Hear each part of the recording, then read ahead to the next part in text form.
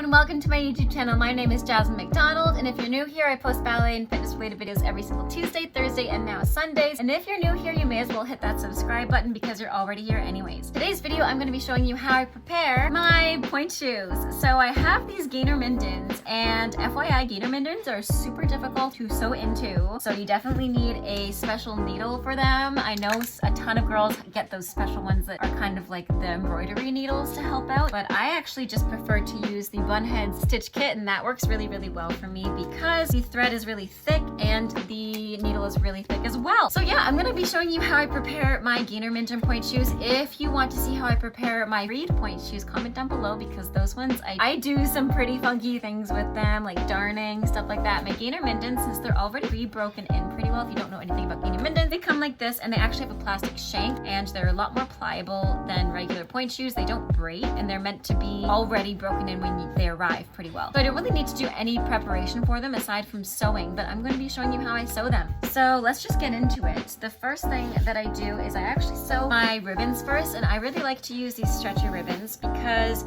if you have more flexible arches, higher arches, or flexible feet, these are the way to go because they support you a lot more. Not only do they support you more, they also don't dig into your Achilles and they don't come loose when you're dancing. So usually when you buy them in a set of 2. These are brand new ones and they're already pre-cut in half. I think these are the bunhead ones as well. So what I do is I fold these in half one more time because then that allows for 2 sides of the shoe so you can tie them all together. So I'll fold them exactly in half and just do a little those aside, and I do the same thing to the other side. I just fold these in half and then you should be left with 4 ribbons. And again, these are really cool because they're super stretchy. I have all my 4 ribbons here. They're about this length and I'm going to be cutting them again later on. I sew my ribbons first because I actually sew them on the outside rather than the inside. When I sew them on the inside, I have really bony feet, so it digs into my bones right here. So I actually put the ribbons on the outside of this part of my foot. And to measure it, I usually tend to put my ribbons, for me, because I have more flexible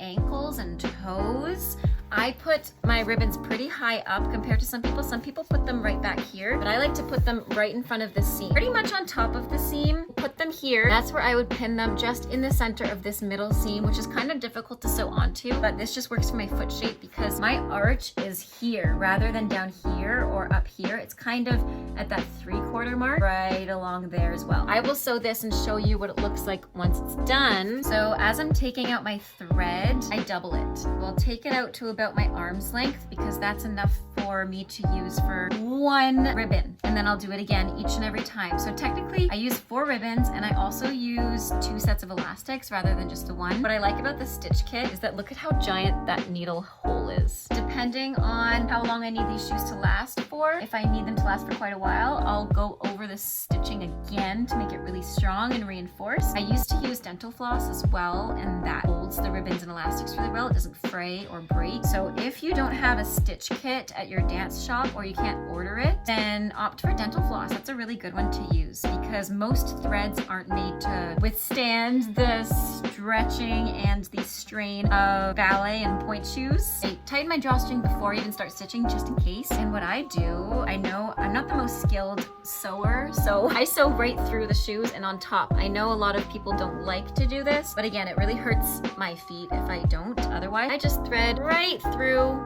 the actual shoe from the top, starting there. That is what it looks like. When I first started, I would take hours to sew my Pointe shoes because I had time as a student because I would just do that at night. When I went to high school though, with exams, I didn't have time, let alone when I joined a company, I really didn't have time because I was wearing a new pair of shoes every few weeks with gainer mindens, and if I was wearing freeds, it was a new pair of shoes every other day. I've just stitched it across like this. Okay, once I finished the side going up, I do the exact same thing I did in the bottom at the top, and I just thread it through like I did before, threading it straight through, and I do not sew through the drawstring. And just in case I do by accident, I always tighten the drawstring before I start sewing even. So while I'm sewing, I also try to only go through the first layer when I'm going down and across because otherwise it's really difficult to push the needle through. But I also don't want to just get threads. I want to get through the first layer of the entire satin and not just like the thread on top, if that makes any sense. Because if you don't get through enough, it won't stay and it'll rip apart and ruin your or it won't ruin your shoes, but your ribbon will fall off and it will make a hole in the satin and it won't look very nice. And then if you go too deep, it's just gonna be terrible on your fingers to sew. So that is what one side looks like. And I'm going to go ahead and do the elastics now. I have a little helper. Anyways, I've gotten my shoes done with the elastic ribbons on both sides. You helping me? Are you helping me? Okay, I'm going to be sewing the elastics on now, and the elastics come in actually a really long ring. So what I do with the elastics is the same thing pretty much, but instead of folding it once, I fold it twice. Cut it. She gave me really long elastics. I don't really need this much, so I probably shouldn't have cut it like this. About a third of it. Hey, putting it around my foot. Go ahead and snip. And then pretty much just use that amount against the other ribbon. You can see that's exactly a third pretty well. And I do the elastic inside the shoe on the inside. I'll do one right underneath the ribbon. As you can see, the ribbon, girl, elastic. And basically on the other side of the ribbon, I put my elastic and I'll sew it across there. And then I actually sew it on the outside as well at the bottom because nobody really sees the heel. And also inside right there. If you could sew my shoes, that would be great because I'm starting to build up some calluses and blisters. So I basically got the first part of the elastics done and I just sew it across the top because I'm kind of lazy like that. And then I'll do the one on the outside. So like I said earlier, I sew on the outside of the back part of the heel. And then because I have this little end bit, I just cut that off, and sometimes I'll go over it with nail polish just to make it look cleaner. Not that noticeable from far away, and you really can't tell on stage at all. I'm just doing the same thing on the second side. If I was using these for performance, I ideally would either like to, I wouldn't darn them just because I find gator mittens are really hard to darn, and I know some people do, but I just don't have the patience for it. It's just so difficult. I would put a vamp elastic on the top just so my toe knuckles wouldn't fall out because I've got really long toes, really bony toe knuckles, and that just supports me a little bit better. But for today, I don't have any vamp elastics. Unfortunately, I could just put a normal elastic at the front. That's really easy to do. I've put the vamp elastic on before, and someone told me that I shouldn't because it doesn't look as nice on stage and as clean. So the vamp elastics are really good if you're training in them because they help support your foot. But if you have a director that doesn't like the look of them, I had one director that said looked like band-aids on my feet, that I shouldn't do them again. Other alternatives would be to use the thread a little less obvious and do that kind of crisscross thing at the top that you'll see some ballerinas do, or just find a shoe with the V-cut vamp. Let's see how this is looking so far. I just look at it and make sure that when I flex and point that it's not loose along here, that it's comfortable. And then I take this one on the end very last, bring it across to where it's taut so it can keep the heel lifted, and that's where I'm gonna cut it and sew it right there. And I am almost finished. I've sewed on the elastics and the ribbons. This is pretty much what it looks like. On the outside I have a ribbon, and on the other side I have an elastic, and then on the inside I have elastic here, and you can see I've double crossed them. Now the last final touches I'll usually do is I'll use a lighter and I'll just go across end here, or I would highly recommend if you don't have a lighter, or if you're young and your parents don't let you use a lighter and you're at home, then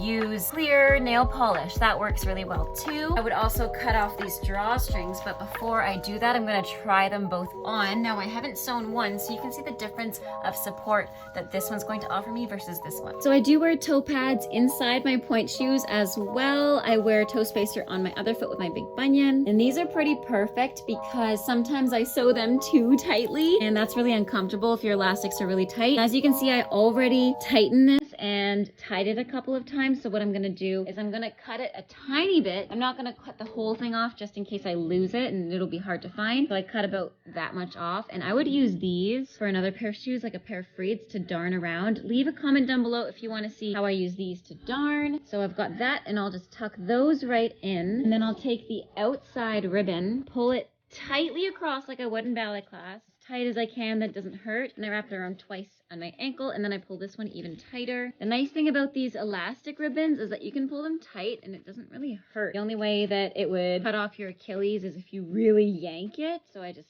do that, and then I'll cut the excess off. And I don't need those. I don't use them for anything. I just have a ton of snippets randomly. So that's what they look like all sewn.